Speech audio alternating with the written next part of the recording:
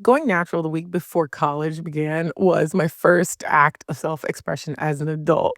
My brother told me I would be ugly. My grandfather quoted scripture to me about my hair being my crown and glory, but I never and have never let anyone stop me from doing what I want with my hair, wearing it however I want. Why am I telling you this right now? Because we are in an anti-DEI, anti-Black world, and people are self-correcting. Corporations are self-correcting. If you remember nothing else from this video, remember you can do what you want, and doing your hair the way you want can be a liberatory practice. Is I'll clean up the parting, just reallocate the hair where it's supposed to go, and then I'll just palm roll. It'll tighten up at the root, we'll clip it down, and that's all we do. Now, some people will interlock where they're like passing the lock through the root inside and out. So I like to compare it to twisting versus braiding or plaiting the hair. When you interlock like that, you're creating an inverted braid, an inside out braid. And anyone who's done braids on their hair versus twists knows that braids will constrict the hair a lot more, and it won't allow as much room for expansion. Like twists are able to swell, expand, and get fuller, but braids is kind of just what it is. So retwisting gives a fuller look to the locks. You can still have the same number of locks. It'll just naturally look fuller because each lock will take on a thicker appearance. Now, if you're someone who's trying to cut down on the bulkiness, then interlocking would help with that. I also don't like interlocking because sometimes it can make the hair, especially when it's smaller, it can make the hair kind of limp, if that makes sense. I personally like the body in fullness that comes with retwisting. You did good. All right, I turned it around. All right. Oh, you were holding it by the Got gimbal? it. Lord, gotta work on my camera angle. Let's go.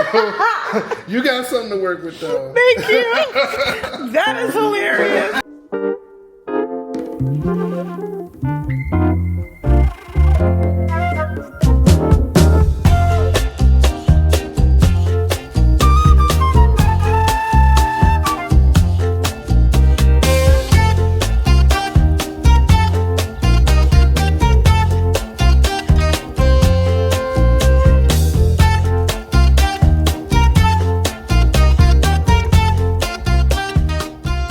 So I just got back from a run and I'm going to shower. But my errand today, do you see this?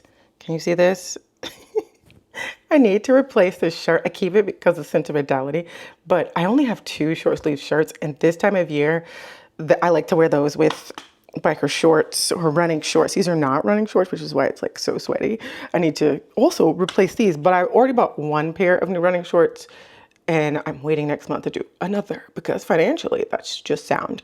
But I'm gonna buy this, and then my running shoes. I've had these running shoes for a year, like a little over a year, and I need to replace them. I've run a race in them. There's music, so I can't talk on here long, but I tried my normal size and they have changed it. The support is the same, but the fabric on the top is not. And I had to go up half a size, but doesn't really matter. Most of the colors are ugly though, so I just went with classic black and white. Can't go wrong with that. See, just classic colors. Goes with everything, but now I need a shirt. Here we go. Colors. Classic white. These are $45. One thing about Dick's is sometimes certain colors are on sale. See? That one's on sale. I don't like that color. Pink. Classic, not on sale. Well, this orange is nice. Orange on sale. I might go with that. Love a good bright blue on sale. I might get this. I'm in love with blue. You may be asking, why Locs? Why now? And if you're not new here, you know that this has basically been 21 years in the making. Ever since I saw Lauryn Hill with Locs as a kid, I have always wanted locks. I've always adored them and admired them. But when I went natural 21 years ago, I got a fade. I enjoyed that fade for almost 2 years. And then I learned how to do my own natural hair. And I came on here and shared, and it just was time. I sat in Narada's chair, who was my hairstylist, last month, and I was like, I think I want to do locks. And he was like, really? He asked me to share with him some lock hairstyles I liked. And then when I said the word, we were going to do the locks. But I'm an Aries, so if I make a decision, it's made. There's no hemming and hawing. It's made. So this was the next appointment after that one. And he started me with twists instead of comb coils because I exercise a lot and have soft hair. And with comb coils, they will loosen up at the roots before I see him again. I do exercise fairly a good bit, right? Whereas twists, I've never had a problem with twists unraveling ever. So they were the better option. He did very clean, square parts, and there ended up being 76 twists, which is perfect for any kind of twist styles I want to do, any braid styles I want to do once my hair is locked. It takes about a year for hair to fully lock.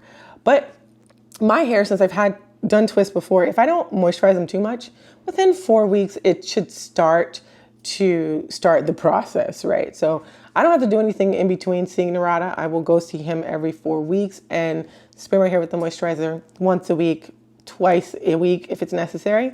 And that's it. That's the game. I'm in love with it. I'm so happy about it. And it was the right decision for me.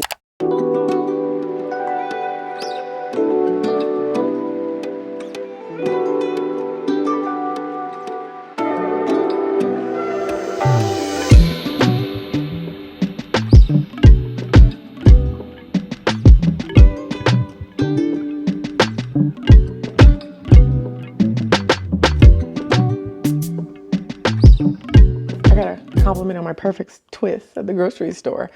But my new Substack post just went live. It's called Black Joy is Resistance, but so is canceling Amazon Prime. And in it, I talk about my current fears, right? As democracy is falling, I've talking about how I'm actually having lots of thoughts about, have I saved enough for job loss?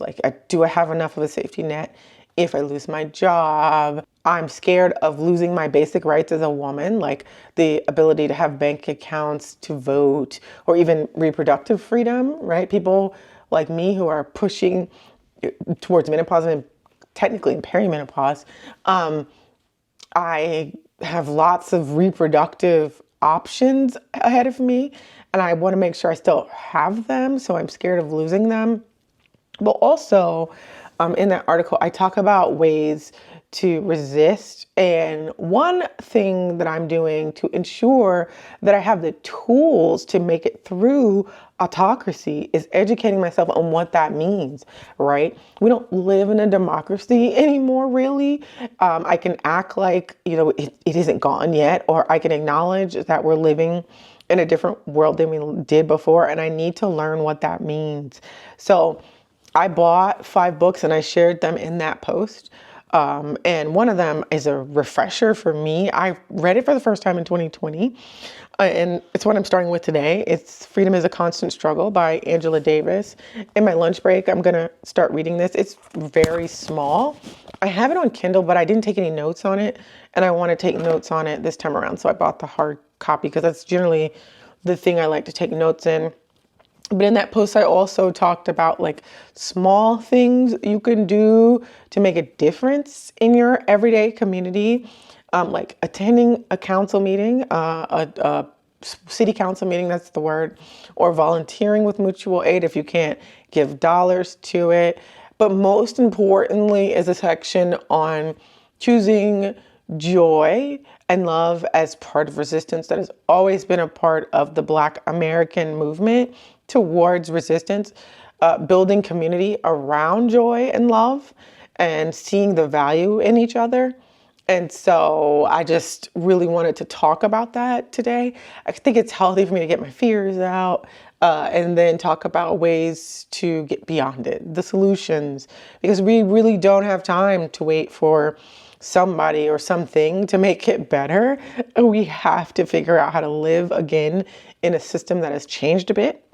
It's no longer faking, we have lots and lots of choices, and figure out how to live as free as we can, right? Under this new regime is what I'll call it. But I gotta do some work right now. I gotta stop playing like I don't have a job. I do. It's just hard to do it on Fridays because I don't want to. But I had to do some reports, expenses. That's the worst part, right? Like approving people's expenses, making sure everything is coded correctly for the accountant, all the things, and answer emails. And then I got to stay available even when I have decided that I don't want to work anymore. I got to stay available for my team. But we have like a silent, not so silent agreement that Fridays aren't best for any kind of work. So do your work. Contact me if you need me. But you can also catch me on Monday. I also need to book a movie ticket for tonight because that's how I'm going to reward myself for getting through the week in the way that I wanted to. I really like stuck to my tasks and everything this week. So I'm going to book a movie for myself. I think I'm going to see the new version of John Wick. I don't expect it to be good. I'm just putting that out there.